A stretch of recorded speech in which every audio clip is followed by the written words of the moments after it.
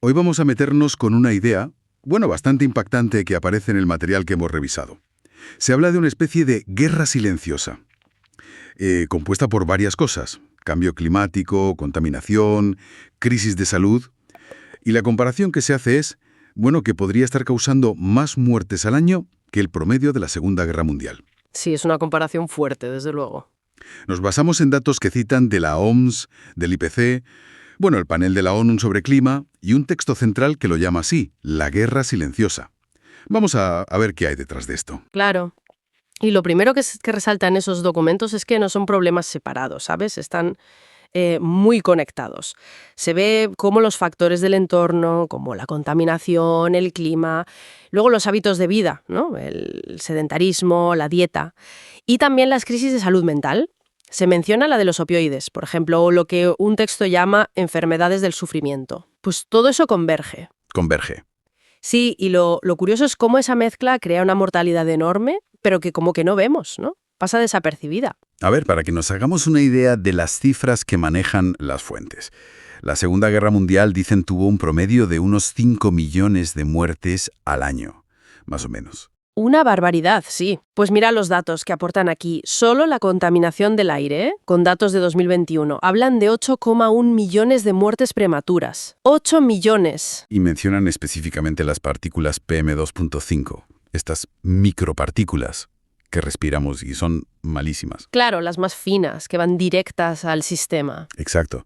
Y si a eso le sumas, bueno, los 41 millones anuales que estiman por enfermedades no transmisibles, muchas ligadas al estilo de vida, o las más de 100.000 muertes al año solo en Estados Unidos por sobredosis de opioides, con el fentanilo ahora. Uf, el fentanilo. Pues los números son difíciles de encajar, la verdad. Pero lo importante, y esto lo subrayan mucho las fuentes, es que gran parte de esto, pues, no es inevitable. ¿Ah, no? No. Son consecuencias de factores que, bueno, que podríamos prevenir, o al menos mitigar mucho. Hablamos de contaminación de fábricas, de coches, de estilos de vida poco sanos que muchas veces vienen influidos por dónde vives, ¿no? Por tu entorno. Claro. Y el cambio climático, que uno de los textos lo llama multiplicador de amenazas. Multiplicador de amenazas. ¿Cómo? Pues piensa en olas de calor más fuertes que matan a más gente, o tormentas, inundaciones que destrozan hospitales, centros de salud. Ya, entiendo. Lo que se ve en el análisis es una desconexión un poco preocupante.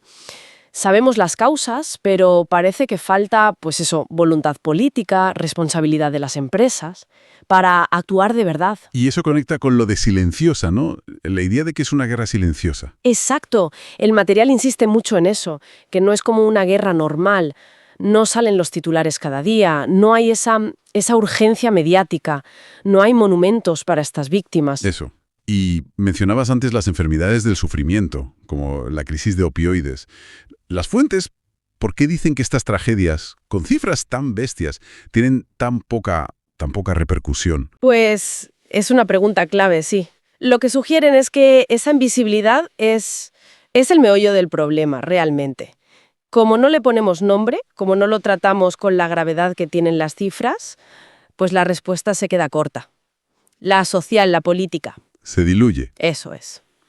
El análisis critica un poco esa tendencia a decir, bueno, compararlo con una guerra es exagerado. Dicen que esa actitud, aunque no sea con mala intención, ayuda a que todo siga igual. A que no se actúe. Claro. En el fondo es cómo vemos las amenazas, ¿no?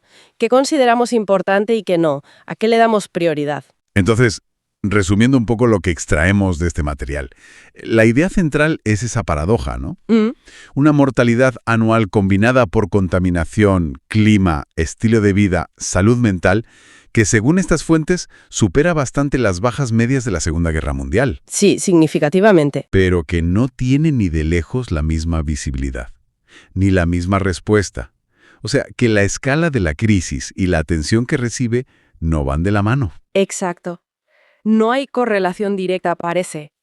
Y la reflexión final que proponen las fuentes es potente, la verdad. Te deja pensando. A ver. ¿Qué pasaría si estas muertes silenciosas las comunicáramos, las enmarcáramos con la misma gravedad, la misma urgencia que las bajas de una guerra de las de siempre. Buena pregunta. ¿Cambiarían las prioridades del mundo? ¿Las políticas? ¿Lo que exigimos a las empresas o a nosotros mismos? Si de repente rompiéramos ese silencio, ¿qué pasa cuando lo invisible se hace visible y se nombra? Ahí queda esa reflexión. Desde luego da para pensar. Pregunta, bueno, bastante incómoda, la verdad. ¿Tenemos que asumir las muertes por contaminación como, no sé, como el precio a pagar por el avance y el bienestar? El texto dice que no, que eso es una falacia peligrosa. Así que nuestra misión hoy es explorar esa visión crítica, ver qué argumentos da sobre el progreso y sus consecuencias reales. Exactamente. Se plantea aquí una tensión fundamental, diría yo, entre esa narrativa habitual de progreso tecnológico, económico, y un coste humano que muchas veces, pues, o se justifica o se ignora. Vamos a ver los argumentos centrales que maneja esta fuente. El punto de partida es muy directo, como decías. Califica eso de justificar muertes por contaminación como un efecto secundario. Bueno, lo llama una excusa peligrosa y moralmente insostenible. O sea, va fuerte. Sí, no se anda con rodeos. Cuestiona totalmente esa idea del trueque, ¿no? Vidas por desarrollo. Y de hecho propone redefinir qué es el progreso de verdad. Así es. Argumenta que el progreso real no se mide solo con el PIB, sino con mejoras tangibles, concretas, en la calidad de vida, en la salud, en el entorno. Separar desarrollo económico de bienestar humano y ambiental es, según esta visión, un error de base. Y ahí entra un punto que me parece clave, que desmonta la fuente. La idea de que la contaminación y sus efectos son, inevitables. ¿Cómo lo aborda eso el texto? A ver, lo desmonta diciendo que la contaminación a gran escala no es una ley física, no es algo inherente a la tecnología sí o sí. Sostiene que es, en gran medida, el resultado de decisiones muy humanas. ¿Decisiones como cuáles? Pues priorizar beneficios económicos a corto plazo, por ejemplo. Elegir tecnologías que contaminan más cuando a lo mejor ya hay alternativas limpias o se podrían desarrollar. O sea, lo presenta más como una cuestión de conveniencia económica, de inercia política, empresarial, más que una fatalidad científica. Entiendo. O sea, no es que la tecnología tenga que contaminar sí o sí, sino que se ha elegido un modelo de desarrollo que lo permite o casi lo incentiva. Precisamente. Y la fuente va un paso más allá. Propone que el objetivo real de la innovación, de la tecnología, debería ser justo lo contrario. Solucionar los grandes problemas que tenemos, no crear nosotros. Piensa en energías limpias, renovables, medicina preventiva para enfermedades ligadas a la polución, o esos modelos de producción circular que comentabas. Producción circular. Sí, ¿puedes explicar un poco más qué es eso en este contexto? Para que quede claro. Claro. A ver, de forma sencilla, se trata de diseñar sistemas donde el residuo sea mínimo. La idea es que los productos, los materiales, se usen el mayor tiempo posible, que se les saque el máximo valor y que, al final de su vida útil, se puedan recuperar, regenerar.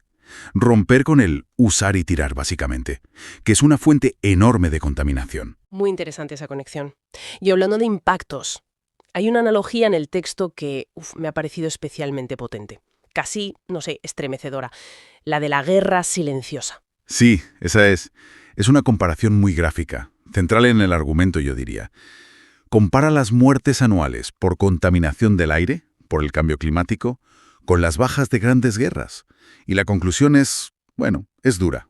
Afirma que esta guerra moderna, aunque no se declare, aunque no tenga frentes visibles, es bastante más letal que muchas guerras de las que sí hablamos. Pero claro, no tiene titulares diarios, ni monumentos. Falta esa sensación de urgencia colectiva. Y esa invisibilidad que mencionas, esa falta de foco mediático, ¿qué consecuencias tiene según la fuente? Pues consecuencias enormes. Claro, esa invisibilidad, ese silencio social, es justo lo que permite, según el análisis, que no haya rendición de cuentas, o muy poca.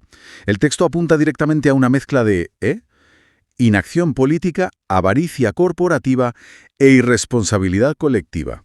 Esos serían los responsables ocultos, digamos. O sea que, como no vemos estas muertes igual que vemos las de una guerra tradicional, es más fácil mirar para otro lado, ignorar las causas y a los responsables. Exacto. Y la fuente advierte muy seriamente contra esa tendencia a minimizar la cifra, ¿sabes? A relativizarlas diciendo, hay otros riesgos, o a presentarlas como un coste que hay que asumir. Argumenta que esa minimización es parte del problema, refuerza el silencio, frena la acción y permite que esta guerra silenciosa siga ahí, año tras año, sin que casi nadie se oponga de verdad. Plantea una pregunta de fondo sobre qué valoramos como sociedad si permitimos esto. Entonces, para ir resumiendo el mensaje central que nos deja este material, ¿cuál dirías que es? Pues el mensaje clave es rotundo. Un progreso que se basa en destruir el medio ambiente y que acepta vidas humanas como daño colateral, pues no es progreso real, o al menos no es sostenible, ni ético, ni deseable. La fuente insiste en que necesitamos urgentemente redefinir qué es avance y, sobre todo, romper ese silencio cómplice sobre los costes ocultos de nuestro modelo. Y para cerrar, nos deja una reflexión final bastante provocadora, ¿verdad? Sí, deja una idea para darle vueltas. Quizá la innovación más importante que necesitamos ahora no sea el próximo móvil o la IA más avanzada, sino esa innovación, sea tecnológica, social, política, que consiga limpiar el aire que respiramos o curar las enfermedades que causan nuestro propio desarrollo. La pregunta que queda ahí flotando es profunda. ¿Qué pasos hay que dar individuales y colectivos para que esta guerra silenciosa deje de ser invisible? Para que se convierta, por fin, en una prioridad real que impulse un cambio de verdad.